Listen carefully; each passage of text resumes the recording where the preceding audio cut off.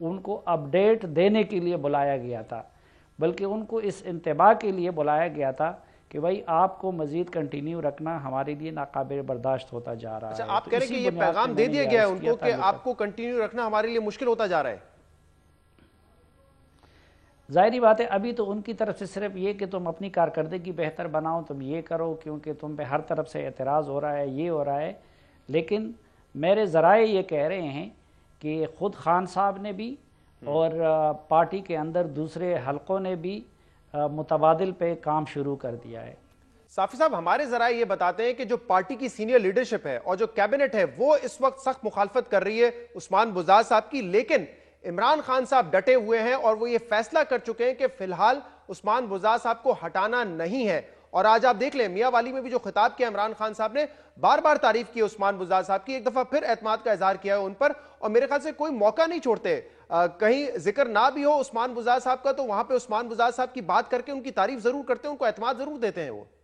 نہیں دیکھیں، ایک تو اگر کل کے دفاع کی بات ہے یا عمران خان صاحب کے اصرار کی بات ہے، تو عمران خان صاحب نے شیخ رشید کے بارے میں کیا کہا تھا، لیکن آج شیخ رشید کہاں ہیں؟ عمران خان صاحب نے چودھری پرویز الہی کے بارے میں کیا کہا تھا، آج وہ کہاں ہیں؟ عمران خان صاحب جب دھرنے کے کنٹینر پہ کھڑے تھے تو انہوں نے کیا کہا تھا کہ میں مر جاؤں گا لیکن یہاں سے نہیں اٹھوں گا، لیکن بعد میں انہوں نے کیا کر لیا؟ انہوں نے کہا تھا کہ یہ ہو جائے گا لیکن ہم اس پارلیمنٹ میں واپس نہیں جائیں گے، لیکن انہوں نے پھر کیا کر دیا؟ انہوں نے یہ کہا تھا کہ شہباز شریف جو ہے اوور مائی ڈیڈ باڈی وہ پی ایس سی کے چیئرمین بنیں گے، لیکن آج وہ وہاں پہ بیٹھے ہوئے ہیں۔ تو ایک تو اس حوالے سے عمران خان صاحب کی دعووں کو میں اتنی وہ نہیں دیتا، دوسرا ان کا یہ ایک طریقہ بھی ہوتا ہے، بہت سارے کاموں میں انہوں نے ایسا کیا ہے کہ جو وہ الٹ کرنے جاتے ہیں تو وہ اشارہ وہ دوسرے کام کا دیتے ہیں۔ تو ایک تو یہ عمران خان صاحب کا پہلے سے بھی طریقہ رہا ہے۔ دوسرا جو آپ نے بتایا اس سے پہلے کہ دیکھیں پارٹی پہلے بھی ان کی نامزدگی پہ خوش نہیں تھی، وزارت اعلیٰ کے لیے ان سے مضبوط امیدوار علیم خان بھی تھے، ان سے مضبوط چودھری پرویز الہی بھی تھے، ان سے مضبوط چودھری سرور بھی تھے، ان سے مضبوط فواد چودھری بھی تھے، اور بھی درجنوں کی تعداد میں لوگ تھے۔ تو انہوں نے تو اس وقت بھی بادل ناخواستہ عمران خان صاحب کے حکم کی تعمیل میں اس کو قبول کر لیا تھا، اور پھر وہ پہلے دن سے وہ لوگ ان کو ناکام بنانے میں بھی لگے ہوئے ہیں، اور بہت سارے لوگ وہ بزدار صاحب کم اور وہ لوگ زیادہ وزیر اعلیٰ لگتے ہیں۔ تو ان لوگوں کا تو ڈیمانڈ پہلے سے تھا، لیکن ہم نے پہلے یہ بات نہیں کی تھی کہ وہ ہٹ رہے ہیں۔ اب چونکہ عمران خان صاحب نے خود اپنے قریبی حلقوں کے ساتھ یہ کسر پسر شروع کر دی ہے کہ اور متبادل کی تلاش کا کام شروع ہوا ہے، اس لیے یہ خبر سامنے لے آئے ہم۔ تو صافی صاحب، آپ کا خیال میں کیا یہ درست ہوگا 5 ماہ میں چیف منسٹر کو تبدیل کرنا، یا جس کانفیڈنس کا عمران خان صاحب نے ان پر اظہار کیا ہے تو کچھ اور عرصہ ان کو آزمانا پڑے گا، کیونکہ بہت بڑا صوبہ ہے، پہلی بڑی ذمہ داری ہے عثمان بزدار صاحب کی، تو کچھ وقت دینا ضروری ہوگا، 1.5 سال بعد جا کے دیکھیں کہ ان کی کیا پرفارمنس ہے، یا آپ کے خیال میں فوری طور پہ ایسا فیصلہ ہونا چاہیے؟ نہیں، وہ تو 6 مہینے میں 3 بجٹ لانا بھی درست نہیں ہے۔ وہ تو ایک دن آئی ایم ایف کے پاس جانے کا دعویٰ کرنا اور دوسرے دن نہ جانے کا دعویٰ کرنا بھی تو درست نہیں ہے۔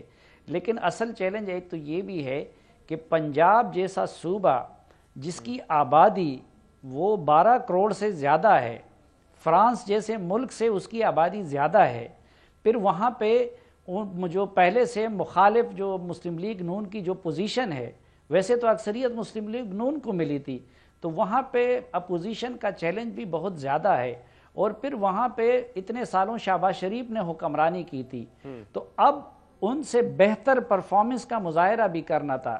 تو اب جب خود خان صاحب تجزیہ کرتے ہیں تو ان کو یہ احساس ہو رہا ہے کہ اگر بزدار صاحب کو کنٹینیو کرتے ہیں تو نہ صرف یہ کہ پی ٹی آئی پٹ جائے گی، پوری حکومت پٹ جائے گی، بلکہ مخالفین کو آگے بڑھنے کا اور بھی موقع مل جائے گا۔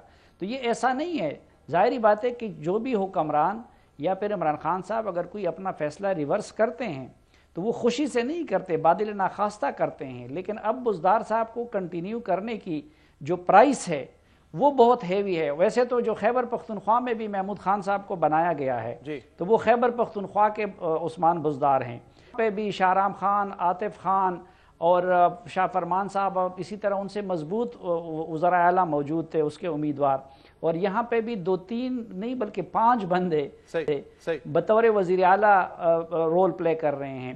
لیکن یہاں پہ چونکہ صوبہ اتنا سینسیٹیو نہیں ہے پی ٹی آئی کے حساب سے یا ملک کی سیاست کے حساب سے جتنا کہ پنجاب ہے، اور جتنے مسلسل پنجاب میں بلنڈرز ہوئے ہیں انتظامی، تو اب بزدار صاحب اور ناکامی دونوں میں سے ایک کا چوائس کرنا پڑ رہا ہے. اس لیے ہم یہ کہہ رہے ہیں کہ ان کی رخصتی یقینی ہے. اور اگر یہ قدم اٹھاتے ہیں عمران خان صاحب کے چیف منسٹر پنجاب کو تبدیل کرنے کا، تو سیاسی طور پہ کیا کاسٹ پے کرنی پڑے گی عمران خان صاحب کو؟ کیونکہ جو اپوزیشن ہے، میڈیا جو ہے، وہ کہیں گے کہ ہم نے پہلے ہی کہا تھا آپ کی غلط چوائس ہے، آپ ڈٹے رہے 6 مہینے تک کہ نہیں میری چوائس بہترین ہے، یہ شہباز شریف سے بہتر وزیر اعلیٰ بن کے دکھائیں گے. تو سیاسی طور پہ کاسٹ کیا پے کرنی پڑے گی؟ آپ کے خیال میں فائدہ ہی ہوگا سیاسی طور پہ بھی ان کو؟ نہیں، ظاہری بات ہے کہ اس طرح کی کاسٹ تو دیکھے ان کو بہت سے پہلے جو خیبر پختونخوا میں احتساب کمیشن بنایا گیا تھا، اس پہ میڈیا ان کو کیا کہہ رہا تھا، ہم سب ان کو کیا کہہ رہے تھے کہ یہ نہیں چلے گا، یہ آپ زیادتی کر رہے ہیں، یہ فلاں کر رہے ہیں. لیکن پھر جب وہ واپس چلے گئے تو فواد چودھری صاحب نے کہا کہ کیا ہوا، چند کروڑ روپے ہی لگ گئے، بس ٹھیک ہے، تجربہ کیا، ناکام ہو گیا. تو خان صاحب کہہ دیں گے کہ میں نے ایک تجربہ کیا اور میں نے زیادہ کمپیٹنٹ کی بجائے اخلاص کو دیکھا، دیانتداری کو دیکھا، لیکن وہ نہیں چل سکا. تو ظاہری بات ہے پاکستان میں سیاست جو ہوتی ہے وہ ایک عصبیت کی بنیاد پہ ہوتی ہے. تو جو ان کے فالورز ہیں، جن کے مفادات ان سے جڑے ہوئے، وہ پھر بھی کہیں گے، عمران خان صاحب کو خراج تحسین پیش کریں گے، اور مخالفین اس کے بعد بھی ان پہ تنقید کریں گے. لیکن بہرحال ایک دھچکا تو ہوگا عمران خان صاحب کے لیے.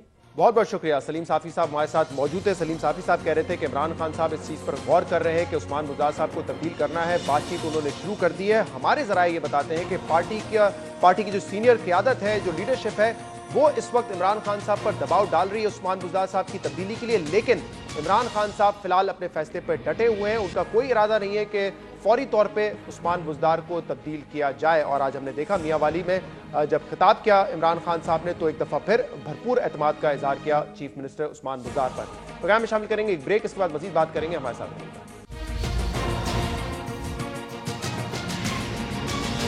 Welcome back. امریکی تاریخ کی طویل ترین جنگ اپنے اختتام کے قریب ہے. امریکی فورسز افغانستان سے نکلنے کو تیار ہیں اور پاکستان افغانستان میں امن کے لیے اہم کردار ادا کر رہا ہے. مغربی میڈیا امریکہ اور طالبان مذاکرات کے حوالے سے حوصلہ افزا خبریں دے رہا ہے. یہ خبریں سامنے آ رہی ہیں کہ 17 سال سے امریکہ اور افغان طالبان کے درمیان جاری جنگ کے خاتمے کے لیے امن معاہدہ طے پانے والا ہے. فریقین بھی مذاکرات کے بعد روشن مستقبل کی نوید سنا رہے ہیں، مگر فریقین کے مطابق مذاکرات میں پیش رفت ضرور ہوئی ہے، تاہم کچھ معاملات ابھی بھی حل طلب ہیں. مغربی میڈیا کے مطابق قطر میں 6 روز سے جاری امن مذاکرات کے نتیجے میں امن معاہدے کے مسودے پر اتفاق ہو گیا ہے. قطر مذاکرات میں امریکی افواج کے انخلا، افغان طالبان کی جانب سے جنگ بندی اور عبوری حکومت کے قیام جیسے معاملات زیر بحث رہے. مذاکرات کا اگلا دور کب اور کہاں ہوگا، اس بارے میں باضابطہ کوئی بیان نہیں جاری کیا گیا، مگر مغربی میڈیا کے مطابق امن معاہدے کے مسودے پر فروری میں دوحہ میں ہی مزید بات چیت کا امکان ہے.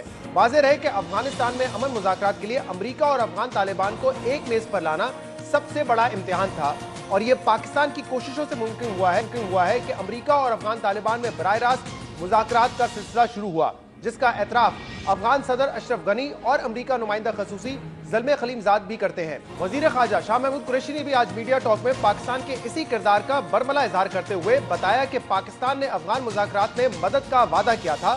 افغانستان اور امریکہ کو ایک میز پر لا کر پاکستان نے اپنا وعدہ پورا کر دیا. پاکستان نے یہ کہا تھا کہ ہمارا کردار ہوگا ایک فیسیلیٹیٹر کا، ہمارا کام ہوگا کہ میز پر لے آنا اور بٹھا دینا، اور پھر ہم چاہیں گے کہ انٹرا افغان ڈائیلاگ کے ذریعے آپ اپنے معاملات کو آگے بڑھائیں. پاکستان نے اپنا رول ادا کر دیا ہے. پاکستان ایک میز پر بٹھانے میں انہیں کامیاب ہو گیا ہے. مذاکرات کا عمل آگے بڑھ رہا ہے. پاکستان کی انہی کوششوں کے بعد افغان مثبت خبریں سامنے آ رہی ہیں. فریقین کے درمیان معاہدے ہونے کی صورت میں طالبان رہنماؤں پر سفری پابندی ختم ہوگی اور افغان طالبان یہ یقینی بنائیں گے کہ داعش یا القاعدہ افغان سرزمین استعمال نہیں کر سکیں.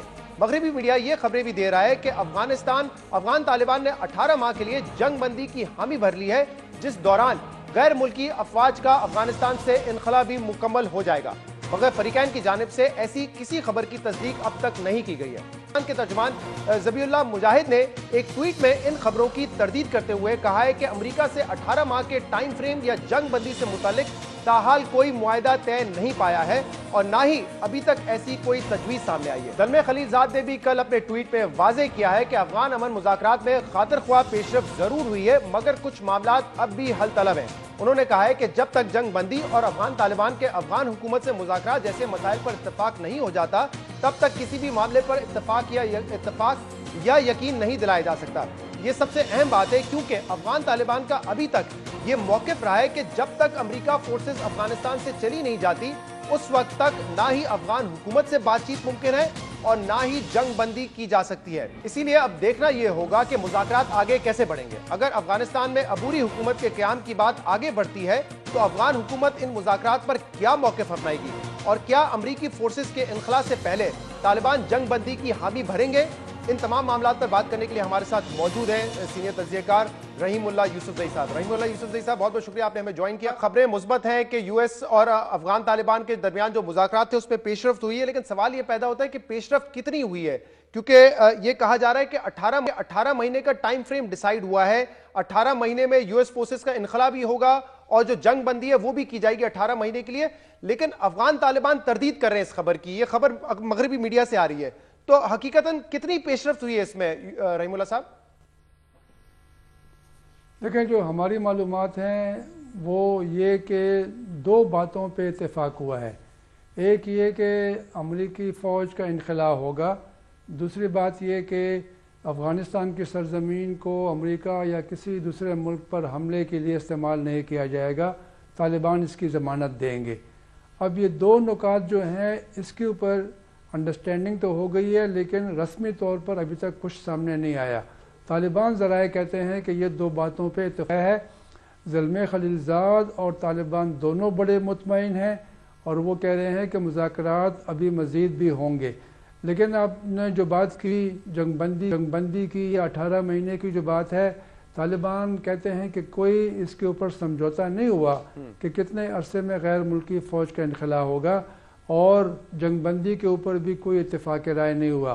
جنگ بندی کے اوپر اختلاف یہ ہے کہ طالبان کہتے ہیں کہ جب انخلا شروع ہو جائے گا تو پھر وہ جنگ بندی کریں گے۔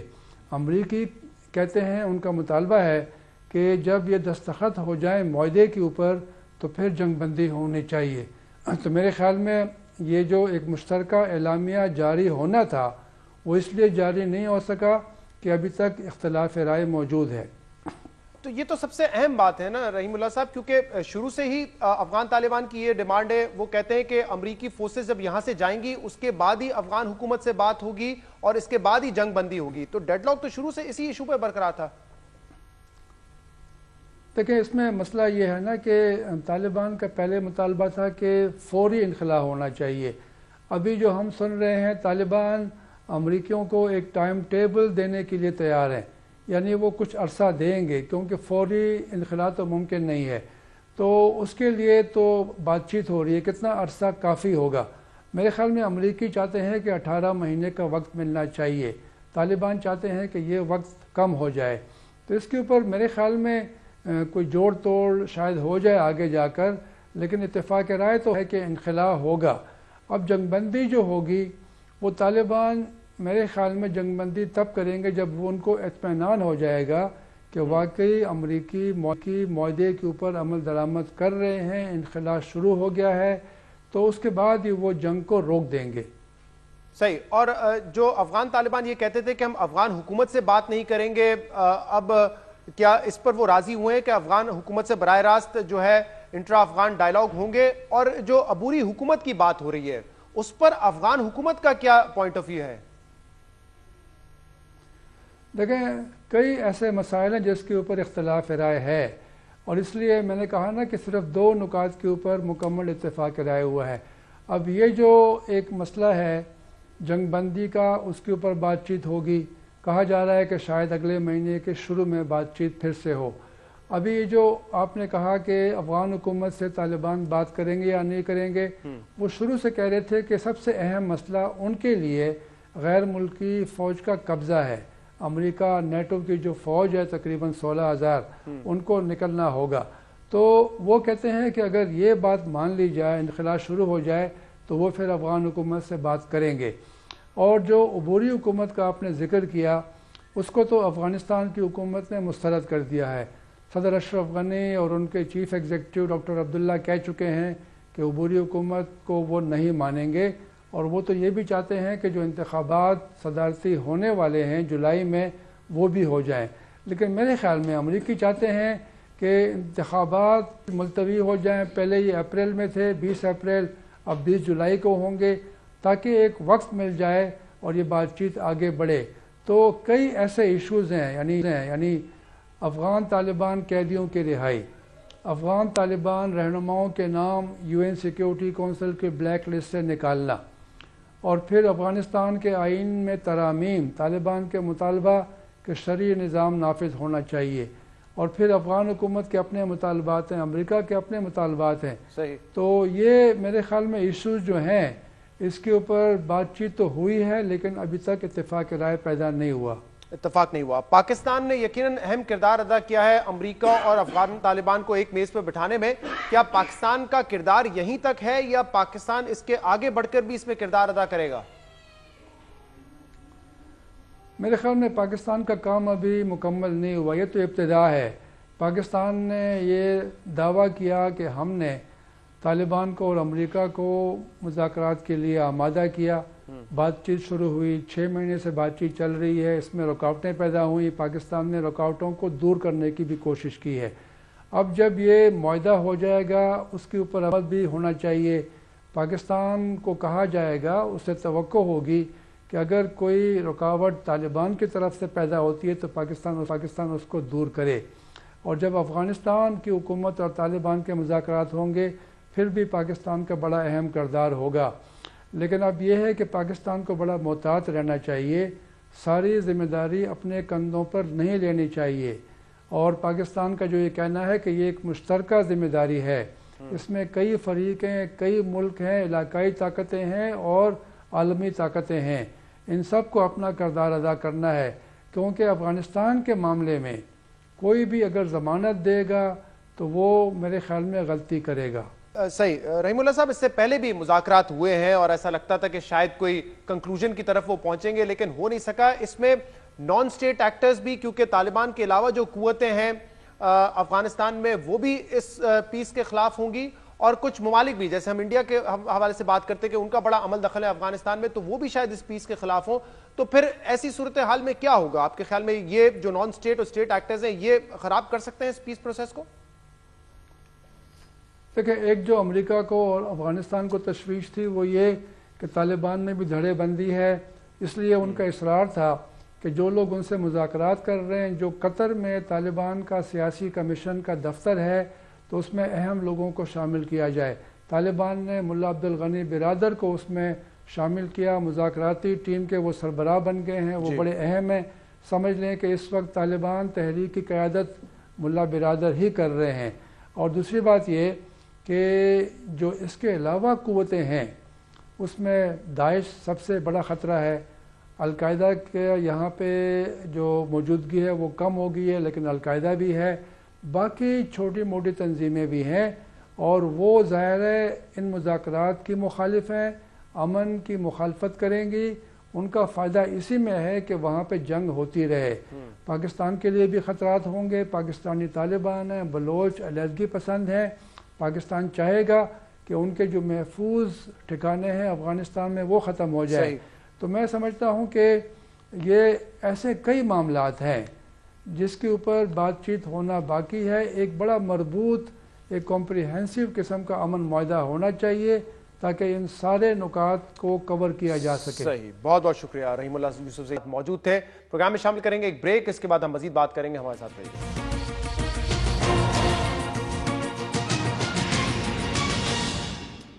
Welcome back. اب بات کریں گے کرکٹ پر۔ کرکٹ کے حوالے سے دو بڑی اہم خبریں ہیں، ایک خبر پاکستان کے لیے اچھی ہے، دوسری خبر اتنی اچھی نہیں ہے۔ اچھی خبر یہ ہے کہ پاکستان میچ جیت چکا ہے، سیریز ساؤتھ افریقہ کے اگینسٹ 2-2 سے برابر ہو گئی ہے۔ اب فیصلہ کن میچ ڈیسائیڈ کرے گا کہ یہ سیریز پاکستان جیتے گا یا ساؤتھ افریقہ جیتے گا۔ لیکن جو بری خبر ہے پاکستان کے لیے وہ یہ ہے کہ کپتان سرفراز احمد پر 4 میچز کی پابندی لگ گئی ہے،